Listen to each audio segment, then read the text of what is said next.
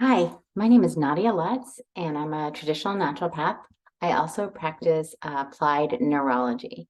So my clientele is a lot of people with neurodegenerative diseases or learning issues, whether it be kids or adults, multitasking, frontal lobe issues, people who are recovering from different heart or stroke issues.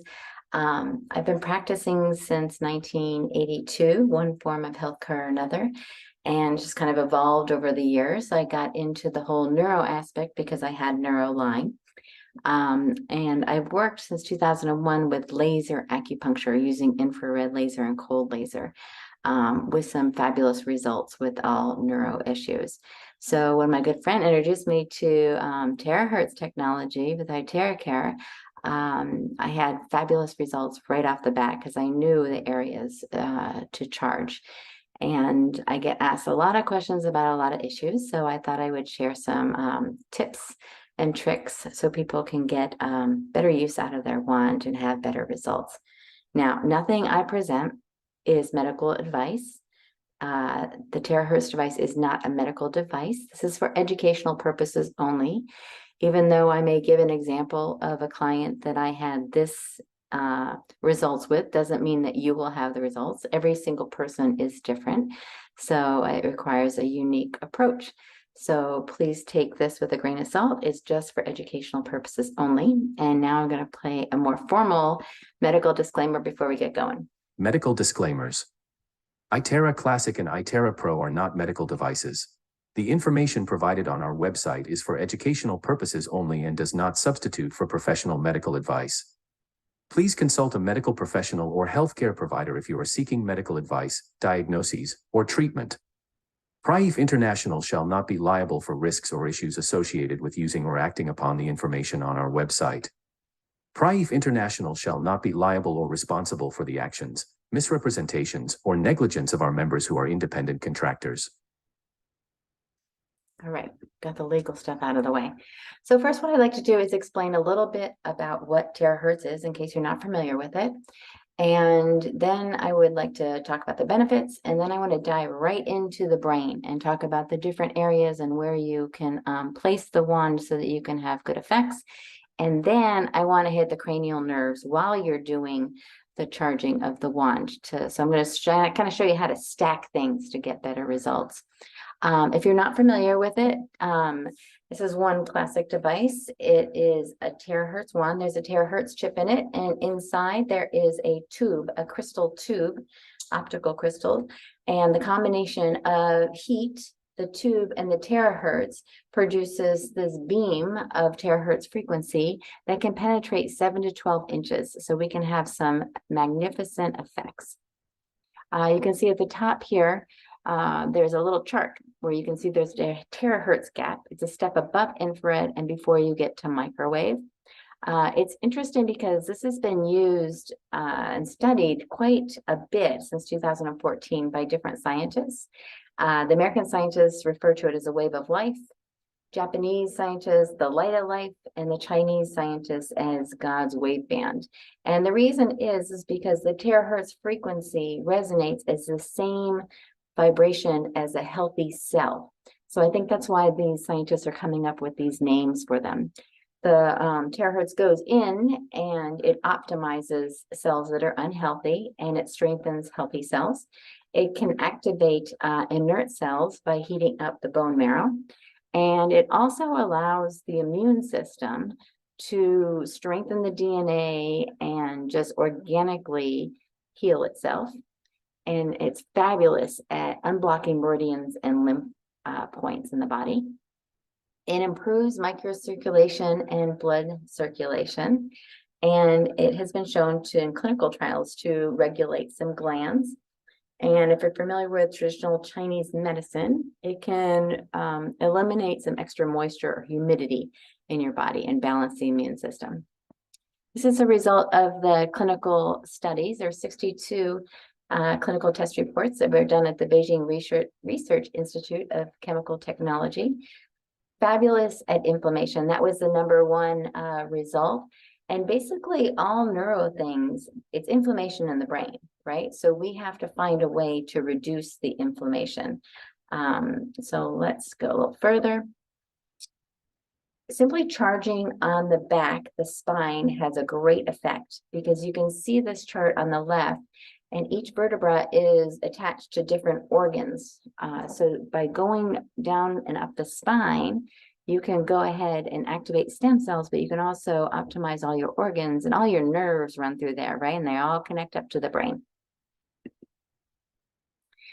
Now, one of the great things about the terahertz is you can charge water. It's been shown in an NIH study that if you add minerals to really super high quality water and then you charge it with terahertz, our bodies can absorb up to 50% more vitamins, minerals, and nutrients from the water, which is pretty amazing.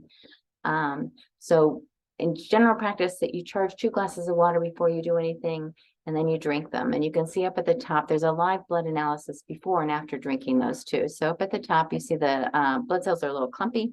They've charged the water, they drank it, and now you can see that they're flowing smoothly at the bottom. Here's another example. They're charging the water up at the top. And basically what's happening is it's changing it from a cluster of hydrogen molecules to a linear effect. And that allows the blood to absorb, the body to absorb it more, and it can pass through quicker, bringing more oxygen to the brain, to the body, increases absorption, neutralizes some free radicals, and overall just has a fabulous effect. Okay, so here we have the basic protocol. I actually call this the second basic protocol. The first basic protocol, I would just do the top row. I would charge 2 glasses of water. I would charge on each palm for 30 to 60 seconds, and the same on the soles of the feet, 30 to 60 seconds, and then I would drink 2 more glasses of water. I'd do that for a week or 2 if you're just brand new to energy work. And then I would add in the other areas here that you're seeing. Again, start slow, 30, 60 seconds on each area. So it's going to prime the body to allow the other energy work to take place. So I would definitely start with this first before you dive into the brain. Make sure all the detox pathways are open. It'll reduce our detox symptoms. Okay, so if we look at this right here, we can see coming from the brainstem, there are a lot of cranial nerves. This isn't all the cranial nerves. We'll see that in a minute. But we're basically going to target different areas of the body to activate the cranial nerves to make our brain wake up and pay attention. All right, here is what I call the Neuro Reset. This is not done in any particular order. I'm just going to go down the left and go to the right. You can do this in any order you like, but these are the areas that I find are very effective when trying to activate the brain. First is the frontal lobe right here, right? You have all of your planning and you're keeping track of things and multitasking. Very important to have a strong frontal lobe. So activating this area in the front can actually help with that. Next area is around the eyes. I like to do a figure 8 around the eyes. There are a lot of cranial nerves that innervate into the eyes. We'll take a look at that next. But you can also see, if you look at the diagram, it goes right to the brainstem as well. So it's really nice. I'm going to pause here and I'm going to talk about contraindications because I haven't mentioned that yet. It's really important. The combination of the heat and the terahertz, we want to avoid charging on any implants at all. Okay, what made me think about it is the eyes. Anyone who's had eye surgery and has a lens implant on there, you wouldn't want to do this. You wouldn't want to charge anywhere on the top half of your brain, since it penetrates 7 to 12 inches, right? You might be able to do your throat if you pointed it down, or your jaw if you pointed it down. But if I'm coming here at the ear, that could indirectly get the eyes, right? So you want to avoid all implants. That includes like hearing aids, pacemakers, any mesh anywhere, any metal anywhere, breast implants, any implants whatsoever. Okay, if you have any questions, whether it's an implant or not, you could just ask yourself, was it organically made by my body? If your answer is yes, chances are you're okay. If someone else had to put it into your body, then that's considered an implant, right? Okay, so back to this. Up the nose activates the brainstem, so it's just pretty amazing. You would just take a cool setting on the wand and you'd come about an inch away from your nose, half an inch away, and you would just charge up. You would want to close your eyes because it's a little uncomfortable with the air going right at your eyes. Same with the eye protocol. You definitely want your eyes closed. You don't want to do this with eyes open, okay? So you would just charge here. And if you look at the diagram, you can see how it goes up into the nasal passages right to the brainstem, okay? Super important. Next, we have the throat area. So I would charge, go behind the ear, come down the neck, hit the middle of the neck, and then do the other side, okay? And you can start slow and add in. So start 30, 60 seconds, and then you increase. You have a lot of cranial nerves coming from your jaw down into your throat, vagus nerve included. Then we have the temples right here, okay? Again, hitting that frontal lobe, but coming in from the side here. Ears, really fabulous spot, okay? You can see on the ears how it would go right through and get to the middle brain. We have a lot of different brain parts in there, so it's just fabulous to the ears. In addition, if you look at acupuncture points, acupressure points, your whole entire body is found on the ears. Cerebellum, absolute favorite spot for that, and up the nose would be my favorite spot for a neuro reset. If you only had time to do two things, I would do the cerebellum and up the nose. If you reach back on your hairline, the bottom of the hairline, you can feel two knobs. That's your cerebellum, right? You have a right and a left. You would want to charge that area. If you're having one-sided issues, so if your right side was not working so great, you had a hard time moving your hands, hard time walking, droopy face, you would want to focus on the left side. You want to focus on the opposite side, okay? But when in doubt, just charge both sides. We definitely want that nice and strong. Jaw, we have a trigeminal nerve. We have so many other issues here. So you'd want to go ahead and warm that jaw area. Let's think about the implant while we're here, right? If you have any metal they do to your teeth, amalgams, or any type of root canal that has used metal, you would want to avoid the jaw, right? So you'd have to be careful on the ears. I would definitely point up. I wouldn't point down, right? Temples, you can go directly to the side. Again, I wouldn't put down. That could go ahead and get to the jaw. Frontal lobe, I'd go up a little bit. And definitely eyes, if you're going to do that, definitely go up a little bit. Throat, you'd have to be careful to go down, right? So you just have to be very mindful of where you have your implants and think of every little thing. Now we saw that photo, how you have all the nerves going through the spine. So it's fabulous to go all along the spine as well. If you've had any physical issue, whether it be stroke or Alzheimer's or Parkinson's, you'd want to focus a little bit on the cervical spine also. Sometimes there's a little bit of impingement, any little deviation of the vertebra. You might want to see a chiropractor to see if we can get more blood flow to the brain, right? We're basically doing two things: reduce inflammation and get more blood to the brain. Those are our big things we're trying to do. Again, if you only had time to do two things, I would do up the nose and the cerebellum. If you had time to do three things, up the nose, cerebellum, and the spine, okay? Start slow, 20 to 30 seconds on these spots, and then increase as necessary. Okay, favorite part. Let's start getting into the cranial nerves. It's fabulous just taking it and going to different areas, and you're gonna find results. But if we want results quicker, our sensory part of our brain is 60% of the brain, okay? So if we can activate the sensations in our brain through our cranial nerves, we're going to have a better effect, okay? We can take a look at where all of these are. The back here, down by the accessory, is the cerebellum. In the front, we have the olfactory coming, right, the nose. And we have the optic nerve for our eyes. We have the trigeminal in blue for our jaw, right? We have the facial nerve right behind that, smiling, frowning, touching. And then the glossopharyngeal involved in swallowing and taste.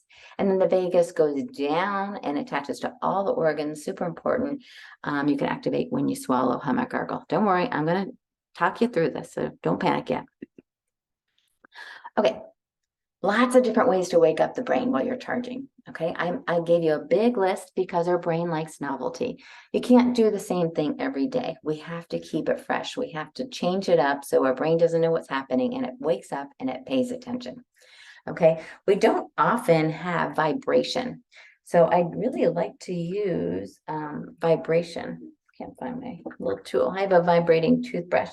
I'll just use my pen as an example. So you would turn it on and you could bite on the vibrating toothbrush, or you could stroke your trigeminal nerve or around the eyes, anything to make your brain pay attention to that area. So perhaps I'm charging and biting at the same time with a vibrating toothbrush, right?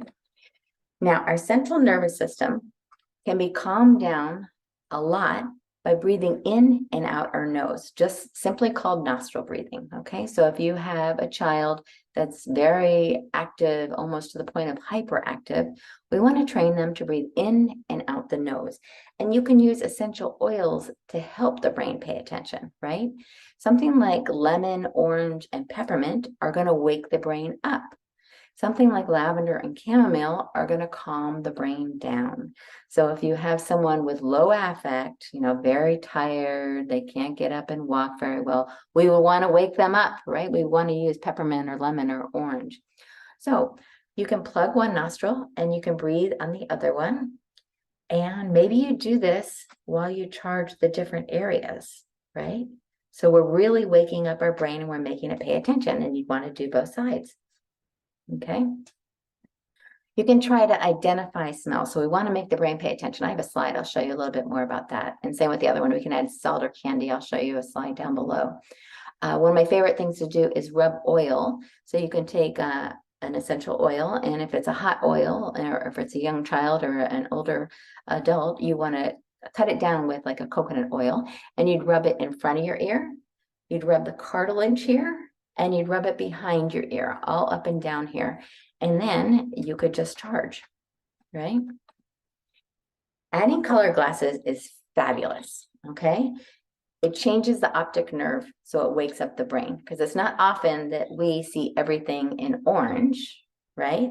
Or everything in green, both of which are very, very grounding colors.